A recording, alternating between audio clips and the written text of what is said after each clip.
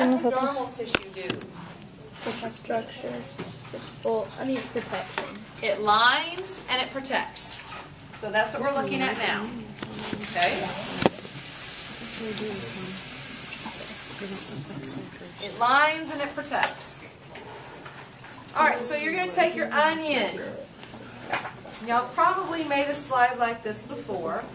You're going to take your onion and you're going to snap it. And you're going to get that little piece of onion skin that dangles. That's what you want. You want the thin, dangly piece.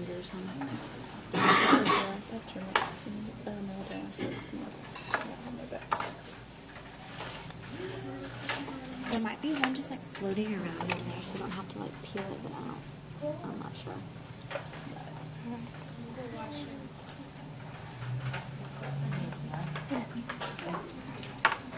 And stick a drop of iodine on it. Oh, not water, iodine. Now we're going to stain it so that we can see the nucleus. Again, you got to have a super thin piece. We want that cover slip to lay flat.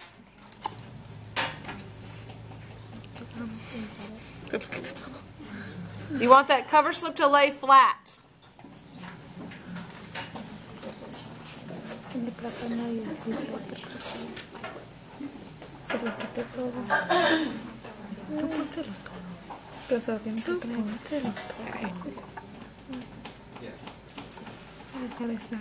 Because we want to be able to see a thin layer.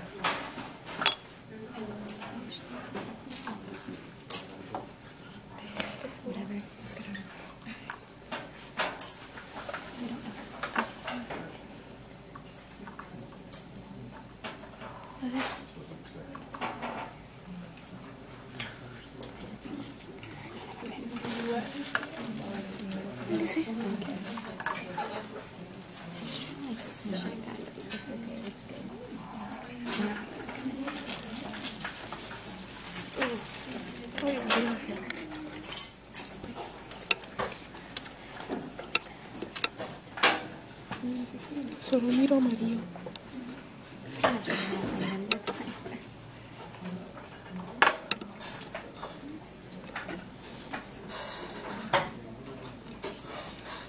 Are those bubbles? Okay, those little black things that are very dark, those are air bubbles. We don't want those.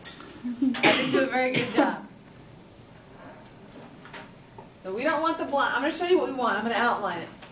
Alright, this is what we want. And again, I can't adjust the brightness only so much. Alright, this is an air bubble. We don't want to pay any attention to the guys that like that, okay? I want to look at one of these cells right here. Okay? And right here you can see a circle. Okay? Alright, this is an epidermal tissue. Guys, your skin would look similar to this. In fact, it would be layers of this tissue, right? Except our skin doesn't have the nucleus in the cell. Okay, that would be the one difference. So what we're looking at here is this is epidermal tissue. And it does do the same thing in the case of this onion as it does for us. It lines, covers, protects. Where do onions grow? Underground. So, they have to grow underground where the dirt is. They have to kind of develop and grow, and all that dirt's down there. So this epidermal tissue is going to protect those cells. Alright? Okay, it's shifted a little bit. Okay, so I'll never get it to shift back, I'm sure.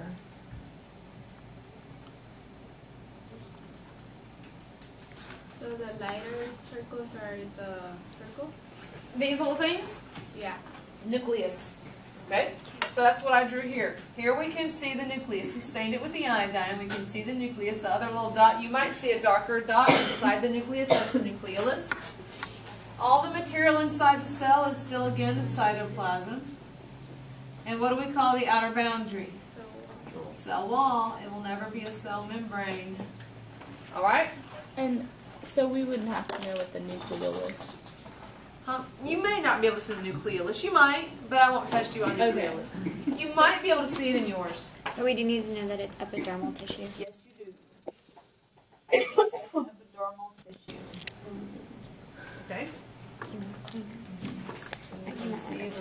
circle on that one. All right, any questions? It's storing. Well, okay, this is not, this is not parenchyma. Okay. This is an epidermal tissue. Onions do store sugars, but that's not the tissue we're looking at.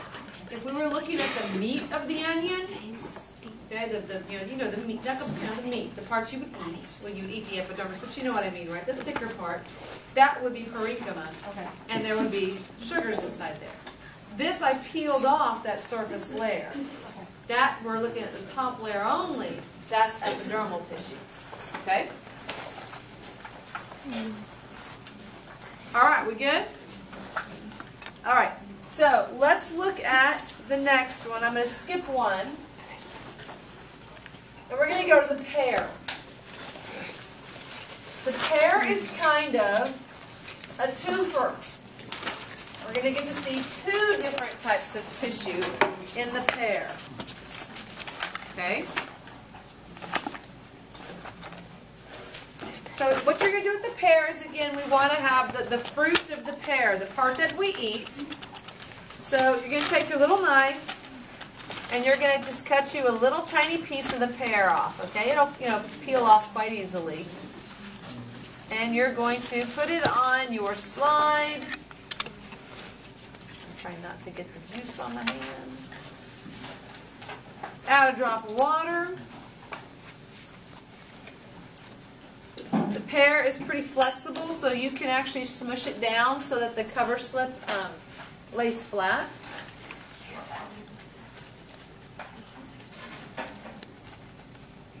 Give it a little bit, just a gentle pressure to smush it around. Make that cover slip lay nice and flat. And we get a 2-for-1 on this slide.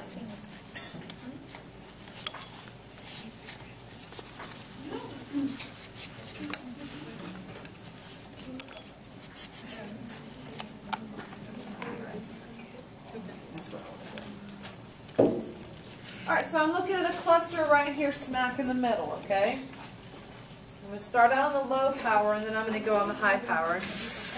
Look at the same cluster.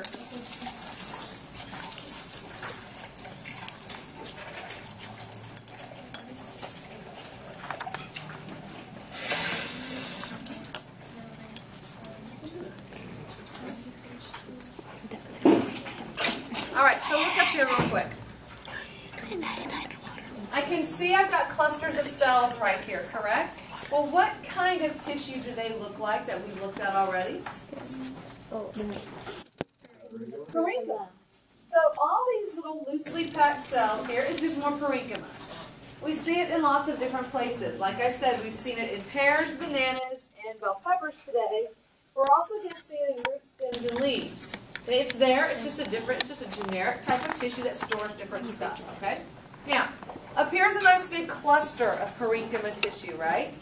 So each one of these little cells, these little ovals right here that are overlapping, that's parenchyma. All right. Now, I want you to notice right here, this is a darker cluster of cells. Yes? Yes? Okay. The cluster of cells are called stone cells. But stone cells are a different type of tissue. It is called sclerenchyma. Sclerenchyma. You have both on here. Which one do you want? Okay, the name of the cells are called stone cells. The name of the tissue is sclerenchyma. Okay? All right, so what I'm going to do is I'm going to go up on higher power. We're going to look at these guys in a little bit more detail. Okay, so there I can see, I'm going to erase what I have up here. I can see those loosely packed cells all around. That's my parenchyma, right? Looks like there's stuff in there that's storing sugars and things like that in this tissue as well. We're not going to stain it. So this is just more parenchyma tissue, right? All right.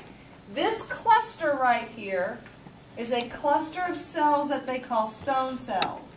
It belongs to a group of tissue called sclerenchyma. Got it? Okay. So I'm going to go up higher. And I'm going to look at that one right there in the middle. All right, if you eat canned pears, okay, like what this is, canned pears, and even whole pears, if you eat the fruit that's not canned, it tastes gritty, right? There's a gritty texture to pears. The gritty texture of pears are due to these cells. Okay, these are tough cells. These give like extra support. They come in a couple of varieties. They come as either these stone cells or they come as these things called fiber cells. And they give extra structure and support to things. For example, these stone cells you'll see in the pits of peaches and plums. You'll also see them in the nuts, shells of nuts. Okay? So what I want to do is I want to look at this one cell right here. This one big cell that I have in the foreground here, this is a stone cell. Okay? He's a stone cell. He belongs to a group, a cluster here of tissue that we would call sclerenchyma. This is the cell wall. And I want you to notice there's kind of a space right here. That space is just generically called a lumen. And then I want you to notice like there are lines coming out, right? It kind of looks like an eye with lots of eyelashes when you look at it. The lines that you see are called plasmodesmata.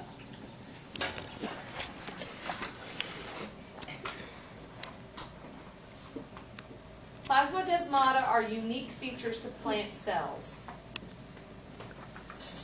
Most cells of various types have them, but they're very visible here. Plasmodesmata are openings, tiny openings in the cell wall. And what it allows the plant cells to do with each other is it allows them to communicate with each other. Typically the ions are going to pass through here. So it's a means of communication, of linking the cells together. Okay? All right, any questions on this one? So if you ask like what type of cell that was Stone cell. and then would you ask what type of Tissue. Tissue would be sclerenchyma. Okay. So again, look for that word, and if you're still not real sure when it comes time to take the test, let me know if it's not clear. What identification will be shown? On this one, this is not typically probably middle or high. Okay, so 100 or 400. Okay. All right. Any questions? So you'd ask questions like, what is this pear? No, I'm not going to ask you what fruit or vegetable it came from. Oh, okay. No, that I don't care about. Okay. You'd ask like the cell or I would cell. ask you cells, structure, or tissue type. Okay. I will not ask you what fruit did it come from or what vegetable it came from. Okay. That's not the important part. Okay. Because it's, we just use that as an example. It can be found in many places. Okay. So what is the cell for parenchyma? Excuse me? What is the cell for parenchyma? There is In this case, we call them stone cells. Yeah, but if that's a stone cell, Yep. what is a parenchyma cell? These big ones out here. What do we call He's saying like since we call that They're a parenchyma cell. They don't have a special name. Okay? They don't have a special name. so parenchyma is always going to Just be parenchyma cells. Parenchyma tissue is made up of loosely packed parenchyma cells. All right? Now, this is the slide. Okay? Save the best for last. Now, watch it not work for y'all. Get a good one. Okay? Apparently it's on Snapchat, so you have to look there. Whatever Snapchat is. I know. Save it on Facebook is. I'll take a video and send it to you on Facebook. I don't Facebook. So, like, well, okay. Okay, Elodea. Elodea is a green plant. Bless you. And what we're going to look at is, we're going to back up and we're going to talk about another epidermal tissue. That's what this is what we're going to look at here. Elodea is an aquatic plant. And I asked them to And I just happened to get the perfect one this morning. And we'll see if I can do it again. Okay, if you've got the little green plant in a little beaker.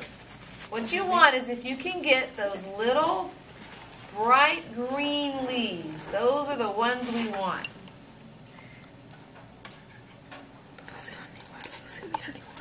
They all look the same color. Get off there. They all look the same color. There. You want the bright green leaf. I think the bright ones. They all look the same. Should I like pluck it off? Just pull it. She just pulled it. Just pluck it. Yeah. Just pluck it off. Thank you. All right? The bright green. It's not green. It's white and gold. It's white and gold. It's not green. It's white and gold. All right. Wait, we add water. Do we add water? Add a drop of water. Got it. De la banana. Tenemos banana. De la cebolla. Here, I'll put a drop of water on it. Come on.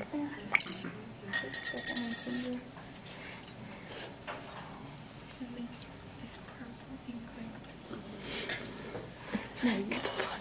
It's black and gold. Black and gold.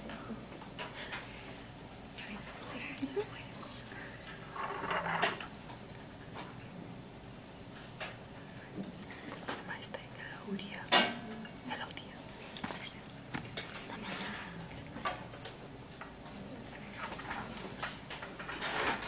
Which power do you have to have it on for it to like that you saw that earlier? It's going on right now on this cell, but it's not as good as it was this morning.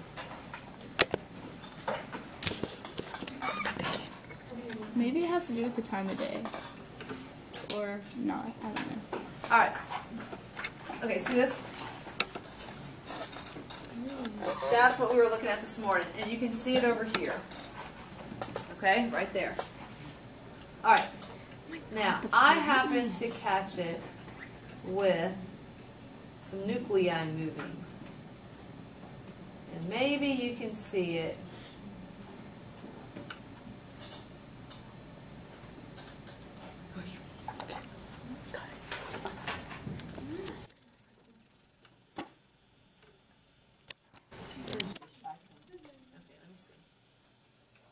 Try this other little leaf I have over here. And then, but it was going like crazy this morning.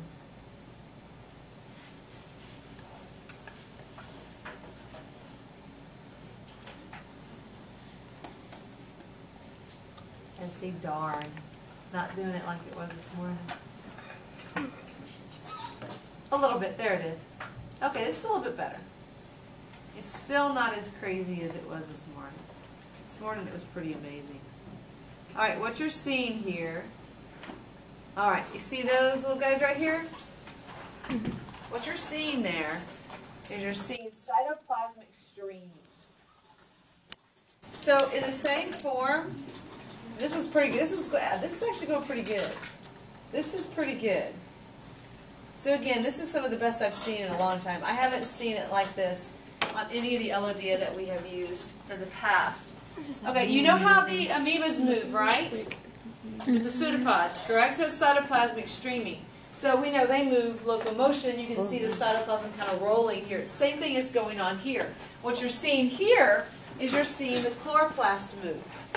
Okay? The chloroplasts are moving, and that's actually causing these guys. Basically what you're seeing here is you're seeing those microfilaments and the microtubules that are part of the cell structures that you probably talked about in 1406, and they tend to move